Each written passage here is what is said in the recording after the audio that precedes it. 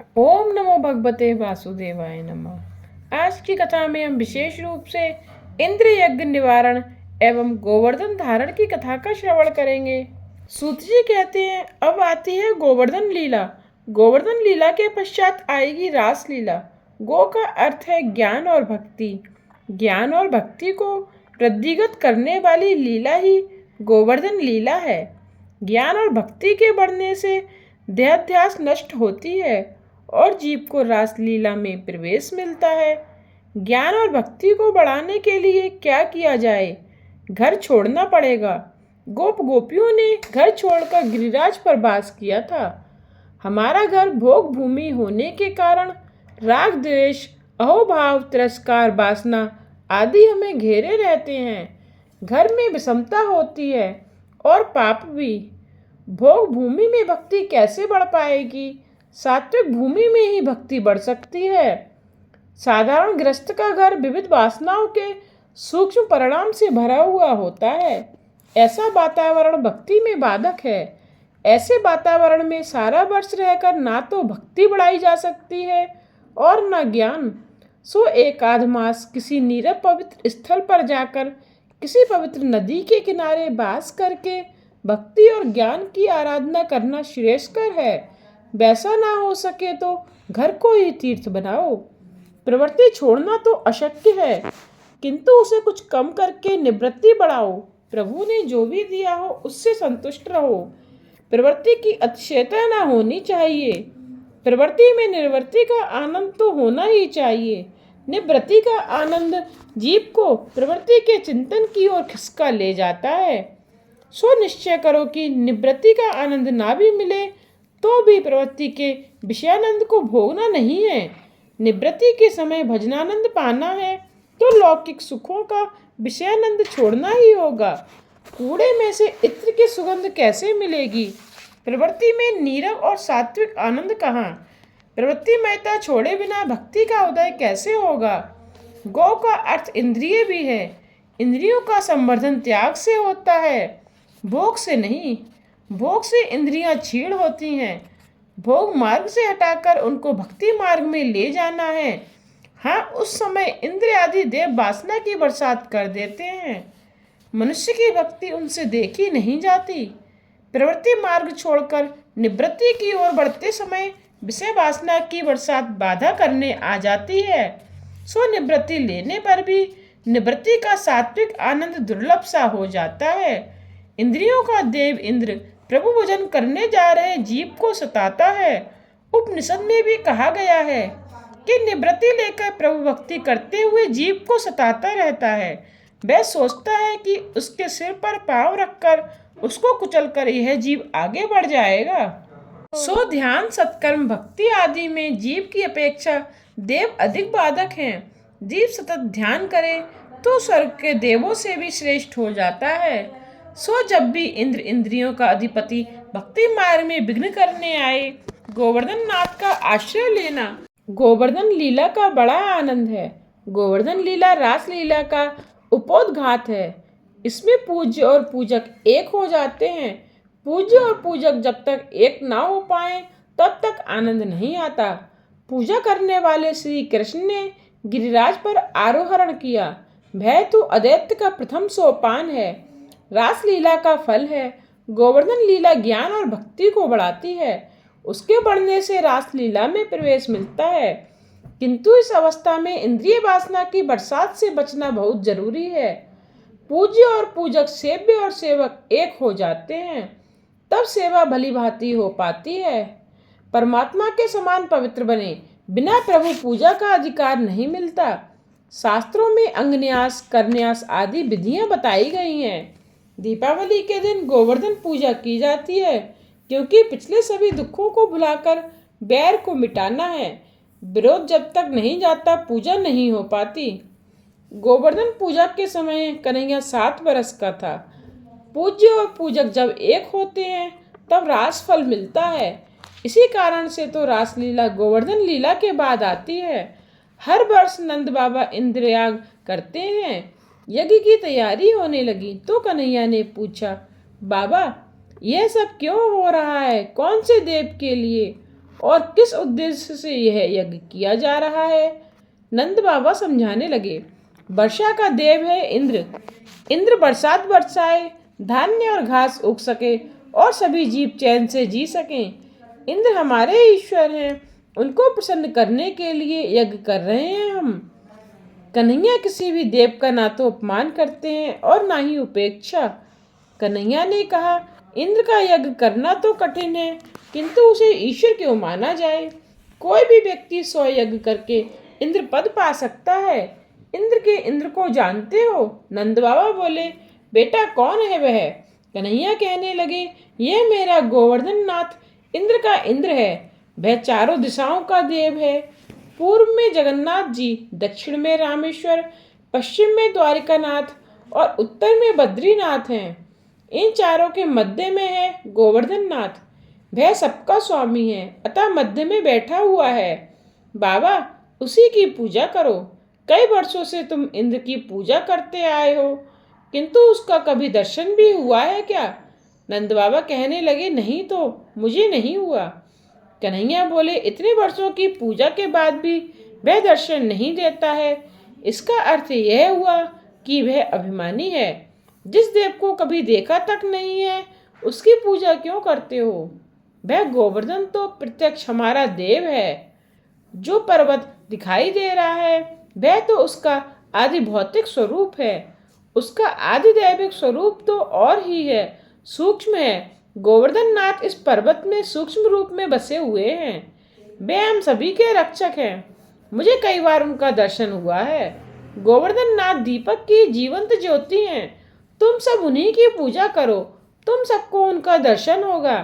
इंद्र के अभिमान को मिटाने का श्री कृष्ण ने निश्चय किया है, सो सबको समझा रहे हैं कि इंद्रदेव के बदले गोवर्धन नाथ की पूजा की जाए। नंद बाबा कहने लगे, गोवर्धन नाथ की पूजा विधि हम जानते ही नहीं है, सो हम पूजा करेंगे कैसे? कन्हैया बोले, बाबा मैं जानता हूँ, तुम चिंता ना करो। गोवर्धन नाथ की पूजा की तैयारी करो। गरीबों के लिए अन्नकूट करना है। गरीबों, गायों और सदाचारी ब्राह्मणों की पूजा ईश्वर की पूजा है। सभी घरों से खाने पीने की वस्तु मंगाई गई। गायों का जुलूस निकाला गया। जिसके घर से खाद्य सामग्री नहीं आएगी, उसके घर अन्नपूर्णा नहीं आएगी।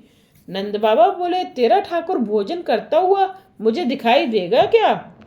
कन्हैया बोले, हम सब देख सकेंगे। ब्रजवासियों को अत्यंत आनंद हुआ। कन्हैया ने गोवर्धन पूजा के लिए दीपावली के दिन तय किया था। वे सब गाड़ियां भर भर के खाद्य सामग्री लेकर गोवर्धन के पास आए। सभी ब्राह्मणों को भी आमंत्रण दिया गया था। ब्राह्मण वेदोच्चारण करने लगे और कन्हैया अभिषेक। आज भगवान कृष्ण पूजा कर रहे हैं। गो बालकों से यमुना जल मंगाया गया। बालक थक गए पानी लाते लाते, तो कहने लगे, कन्हैया यमुना जी बड़ी दूर हैं और तेरा देव है बड़ा लंबा चौड़ा। अभिषेक के लिए इतना सारा पानी हम कैसे ला सकेंगे? कन्हैया बोले, अरे मित्रों, मेरा यह गोवर्धन नाथ तो बड़ा दयालु है, तुम चिंता ना करो। अब कन्हैया प्रार्थना करने लगा, हे गोवर्धन नाथ, मेरे मित्र थक गए हैं। गंगा यमुना तो आपके चरण ही में है, कृपा करके किसी को प्रकट करो। उसी समय गोवर्धन से गंगा जी प्रकट हुई। इसे मानसी गंगा कहते हैं। सभी बालक आनंद से उछलने लगे। नदी आई, नदी आई। कन्हैया ने समझाया कि कोई सामान्य नदी नहीं, गंगा जी हैं। गोवर्धन का अभिषेक पूर्ण हुआ तो श्रृंगार किया गया। ब्रजवासी कहते हैं, अभिषेक दर्शन से हमें बड़ा मजा आता है।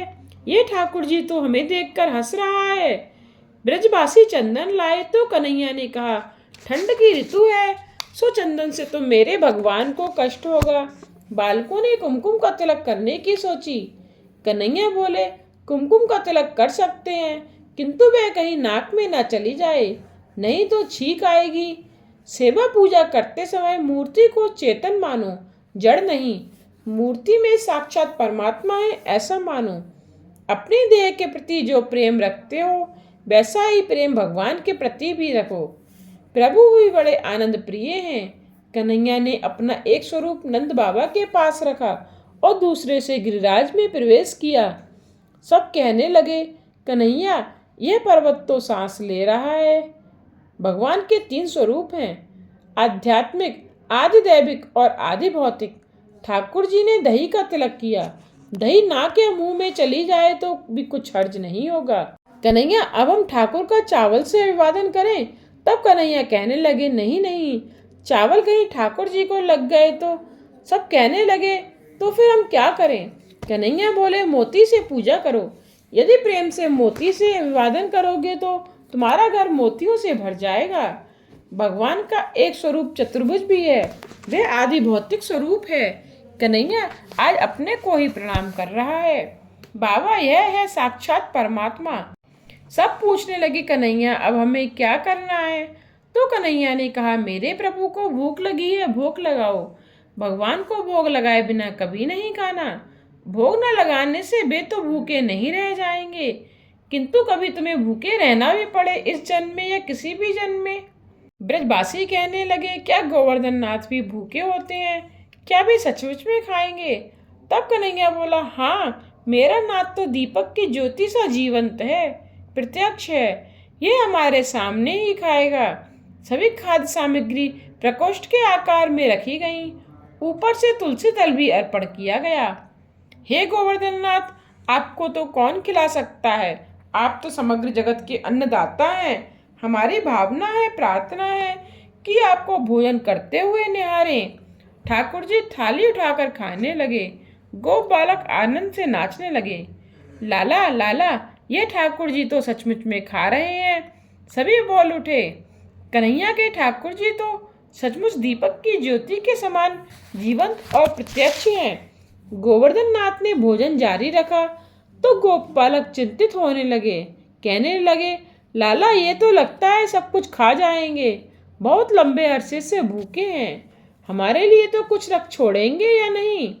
तू तो कभी अकेले नहीं खाता है और ये तो अकेले ही खाए जा रहे हैं।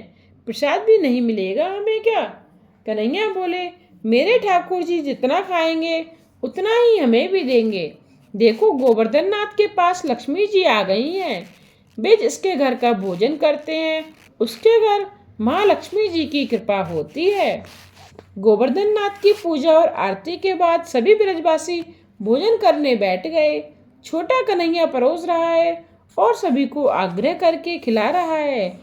गोप बालक कहते हैं, आज तो इतना अच्छा भोजन है कि एक ही जगह 3-4 पेट हो जाए तो मजा आ जाए। कन्हैया बोले, चाहे जितना खाओ किंतु बिगाड़ नहीं करना। अन्न तो ब्रह्मा है, उचिष्ट खाएगा, वह तुम्हारा पुण्य भी खा जाएगा। प्रसाद का अपमान करोगे तो गोवर्धन नाथ क्रोधित हो जाएंगे। अन्न का कभी अनादर ना करो। भिखमंगों को भी झूठा अन्न ना दिया जाए। भिखमंगा है तो क्या, भय तो ईश्वर का ही अंश है। सभी को प्रसाद दिया गया। सभी ने रात्रि के समय तलहटी में विश्राम किया। इधर नारद जी इंद्र के पास आए। नारायण नारायण, उस गोपाल के बच्चे ने तेरा अपमान किया है। उसने तेरी पूजा करने के बदले गोवर्धन नाथ की पूजा करवाई। इंद्र ने कोपायमान होकर 12 मेघों को आज्ञा दी। उस गोपाल के बच्चे ने मेरा अपमान किया है। ब्रज पर टूट पड़ो और सभी का नाश कर दो। मेघों ने ब्रज में हाहाकार मचा दिया। कार्तिक मास में इतनी भारी वर्षा कभी नहीं होती। सभी भयभीत हो गए। नंद जी भी व्याकुल हो गए। कन्हैया कहने लगा, मेरे प्रभु गोवर्धन नाथ सभी की रक्षा करेंगे, उनमें विश्वास रखो। उन्होंने मुझसे स्वप्न में कहा है कि वे मेरी पूजा से प्रसन्न हुए हैं। 7 दिनों तक वर्षा होती रहेगी, उसके बाद उनकी शरण में जाने से वे हमारी रक्षा करेंगे। मैं भार रहित होकर तेरी उंगली पर खड़ा रहकर सभी की रक्षा करूंगा, ऐसा भी उन्होंने कहा है। गोप बालक कहने लगे, लाला ऐसी बात है तब तो जल्दी उठा लो गोवर्धन को। कन्हैया बोला, मैं अकेले कैसे उठा पाऊंगा, तुम सब भी मेरी सहायता करना। गोवर्धन नाथ फूल से हल्के हो गए और कन्हैया की उंगली पर खड़े हो गए। बोलिए श्री गिरधारी की जय। परम आश्चर्य हुआ है, ब्रजवासी दर्शन से तृप्त ही नहीं हो पा रहे हैं। 7 दिनों तक मूसलाधार बारिश होती रही। गोपालों ने सोचा कि कन्हैया अकेले थक जाएगा। उन्होंने अपनी लकड़ी का आधार दिया। कन्हैया, हमने अपनी लकड़ी पर गोवर्धन को उठा लिया है, तू थक गया होगा, हटा ले अपनी उंगली। कन्हैया बोले, तुम्हारी लकड़ियों पर खड़ा है, अच्छा तो मैं उंगली हटा लेता हूँ। ज्यों ही कन्हैया ने उंगली हटाई, पर्वत का भार असहनीय हो गया। गोपाल पुकार उठे, अरे कान्हा, यह तो नीचे की ओर धस रहा है, जल्दी से आधार दे। आधार लेना ही पड़े तो केवल ईश्वर का लो, किसी और का नहीं। जिसे जो चाहिए गोवर्धन नाथ उसे वही देते हैं। कन्हैया अलौकिक शक्ति का दर्शन करा रहा है, वह बंसी बजाने वाला, तो गोवर्धन नाथ डोलने लगे। सभी को अतिशय आनंद हुआ। गिरधारी का स्वरूप ऐसा जो दिव्य था कि ब्रजवासी 7 दिनों तक देह धर्म भूल गए, भूख प्यास भी भूल गए। इस प्रकार 7 दिनों तक भगवान श्री कृष्ण ने गोवर्धन के तले सभी ब्रजवासियों और गायों आदि की रक्षा की। अब इंद्र को कन्हैया के वास्तविक स्वरूप का भान हुआ। यह तो है साक्षात परमात्मा। उनका अभिमान हवा हो गया। वह प्रार्थना करने लगा, मेरी भूल हो गई नाथ, मुझे क्षमा करें। उसने मेघों को भी रुक जाने की आज्ञा दी। सभी ब्रजवासी बाहर आए और ब्रज में गए। इंद्र ने भी श्री कृष्ण का दूध से अभिषेक किया। उस दूध को जहाँ इकट्ठा किया गया उसे सुरभि कुंड कहते हैं। कुछ लोगों को आशंका हुई कि ये कन्हैया शायद ईश्वर है। एक सभा सी हुई और चर्चा चल पड़ी। कहाँ यह 7 बरस का लड़का और कहाँ वह भारी भरकम गोवर्धन पर्वत। ये नंद जी का ही पुत्र है कि किसी का उठा लाया गया है। हम नंद जी को बुलाकर उन्हीं से पूछेंगे। नंद बाबा आए तो पूछा गया, यह लड़का किसका है? नंद बाबा बोले, यह मेरा ही पुत्र है। गर्गाचार्य ने बताया था कि कन्हैया में नारायण जैसे गुण हैं। यशोदा ने वह चर्चा सुनी तो कन्हैया से पूछा, तू किसका है रे? कन्हैया बोले, तेरा ही तो हूँ मैं। यशोदा कहने लगी, लोगों का कहना है मैं और तेरे पिताजी गोरे हैं, फिर भी तू काला क्यों है? कन्हैया बोले, माँ, जन्म के समय तो मैं गोरा ही था, किंतु तेरी भूल के कारण मैं काला हो गया। मेरा जब जन्म हुआ था तब बड़ा ही अंधेरा छाया हुआ था और सभी नींद में डूबे हुए थे। मैं अंधेरे में सारी रात करवटें बदलता रहा, सो अंधेरा मुझसे चिपक गया और मैं काला बन गया। भोली यशोदा ने कन्हैया की बात सच्ची मान ली। 12 बजे तक मैं जाग रही थी और उसके बाद ना जाने क्या हुआ था। मेरी ही भूल के कारण कन्हैया काला हो गया। एकनाथ महाराज और ही कारण बताते हैं, मनुष्य का कलेजा काला है क्योंकि उसमें काला काम रहता है। श्री कृष्ण कीर्तन, ध्यान, धारणा, स्मरण, चिंतन करने वाले की कालिमा कन्हैया खींच लेता है। वैष्णवों के हृदयों को उज्जवल करते करते कन्हैया काला हो गया है। विषयों के बारे में ही जो सोचता रहता है उसका अंतर काला हो जाता है। कन्हैया उसे उज्जवल करने में लगा है। गोपियों का कहना है, हम आंखों में काजल लगाती हैं, कन्हैया हमारी आंखों में बसा रहता है, सो काजल से काला हो गया है।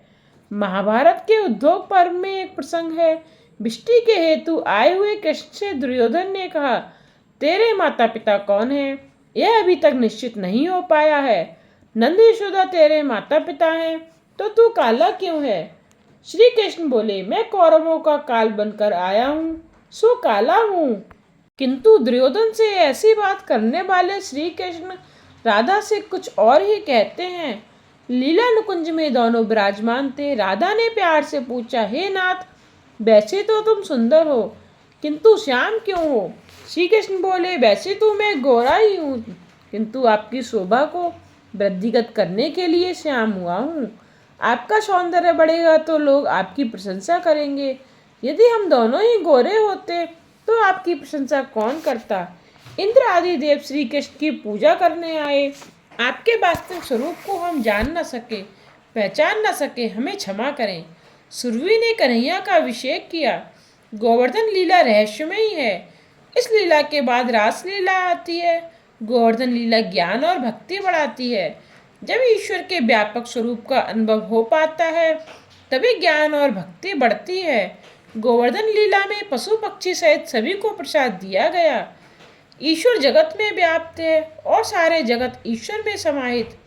यह तो वेदांत की चरम सीमा है, किंतु आरंभ में तो सभी में ईश्वर को निहारो। उपासना के 2 भेद हैं, व्यक्त और अव्यक्त। प्रत्येक में ईश्वर को देखोगे तो वासना नहीं जागेगी। सुंदरी को मात्र दृष्टि से देखने से कामना कैसे जाग सकती है। इसी प्रकार सभी के प्रति ईश्वर भाव धारण करो। जड़ चेतन सभी में कृष्ण का अंश है, ऐसा अनुभव कराने के हेतु ही यह गोवर्धन लीला रची हुई थी। इंद्रियां जब ज्ञान और भक्ति की ओर बढ़ने लगती हैं, वासना बाधक बनकर खड़ी होती है। दूध उबलने लगता है तो उस पर पानी के छींटे डालने से शांत हो जाता है। वासना के वेग को हटाने के लिए श्री कृष्ण का आश्रय लो। भगवदाश्रय काम वासना के भार को सहन करने की शक्ति देता है। भगवान के हाथ की सबसे छोटी उंगली पर गोवर्धन पर्वत धारण किया था। यह उंगली सत्वगुण का प्रतीक है। इंद्रियों की वासना वर्षा के समय सत्वगुण का आश्रय लो। सदग्रंथ का सेवन करो। सदग्रंथ और संतों का संग वासना से लड़ने की शक्ति देगा। जीव लकड़ी का आधार लेता है, किंतु प्रभु का आधार ही जीवन सफल बनाता है। संसार गोवर्धन प्रभु के सहारे है। भगवान का आधार होने के कारण आनंद ही आनंद है। उनका सहारा ना तो क्षण मात्र में लाख खाक हो जाते हैं।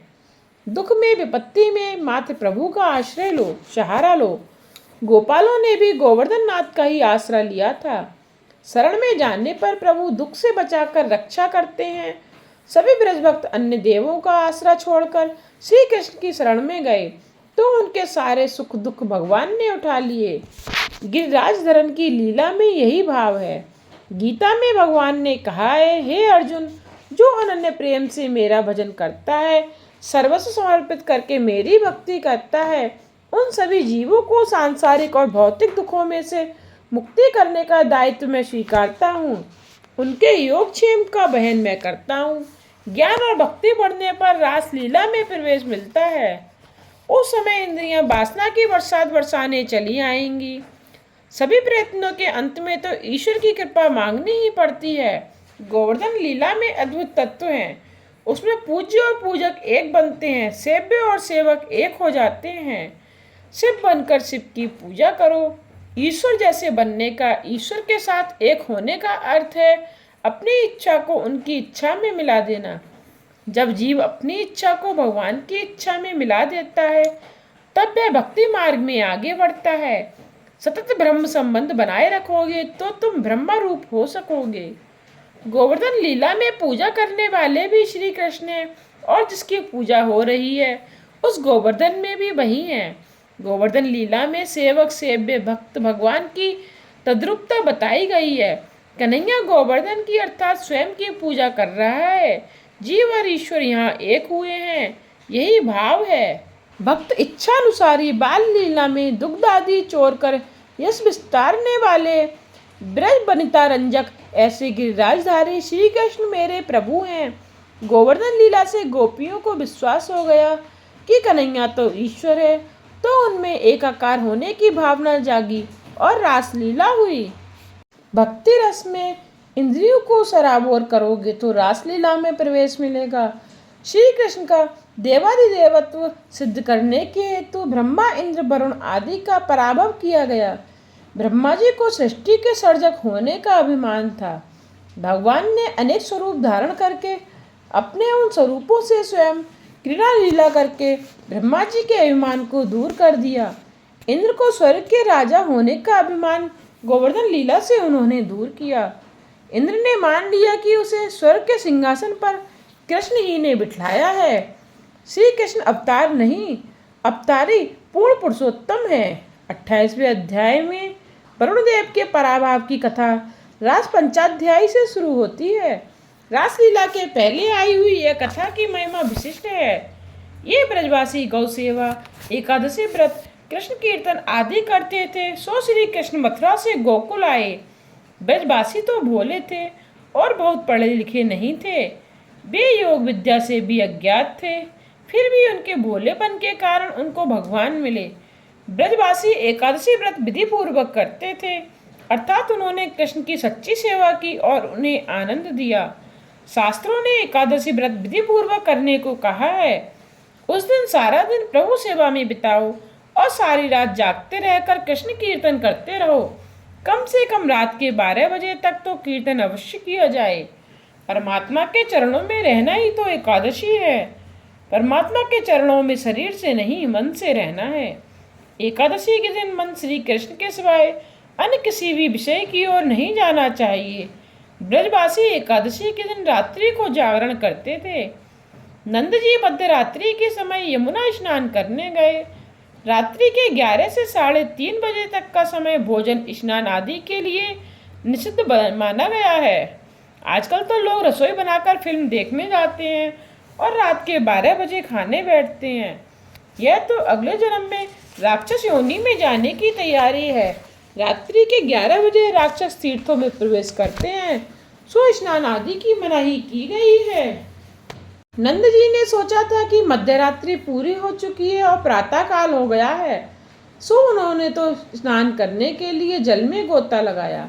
आसुरी समय में स्नान करते हुए देखकर वरुण देव के सेवक नंद जी को पकड़कर वरुण लोक में ले गए। वहां से उन्हें श्री कृष्ण छुड़ा लाए। अब इस कथा का रहस्य भी देखिए। रासलीला के पहले आई है यह वरुण देव पराजय की कथा। वरुण देव जीव के स्वामी हैं और उनके सेवक दूत हैं षड़रस। जब तक रसना का काबू नहीं हो पाएगा तब तक रासलीला में प्रवेश नहीं मिल पाता। विषय को रास नहीं मिलता। नंद है जीव। जीव जब चित्त नदी में स्नान के लिए गोता लगाता है तब वरुण सेवक षड़रस उसे सताने को उपस्थित हो जाते हैं। जब तक जीव लौकिक रस के अधीन है तब तक वह अलौकिक रस पा नहीं सकता। वैसा जीव भक्ति रस प्रेम रस पा नहीं सकता। आनंद किसी वस्तु में नहीं मन की एकाग्रता में है। आनंद ईश्वर से तदाकार होने में है। षड़रस पर विजय पाने के लिए भक्ति रस की साधना करो। भक्ति करना सरल नहीं है। जिसे भक्ति करनी हो उसे मन और जीव को बस में करना होगा। जीव का दास भक्ति कैसे कर पाएगा?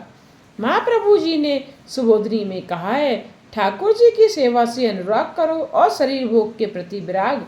जीव की नहीं, जीव का समझाना है। मनुष्य का बहुत से समय इस जीव के लालन पालन में बीत जाता है। काल निकट आ रहा है, उसका भी तो विचार करो।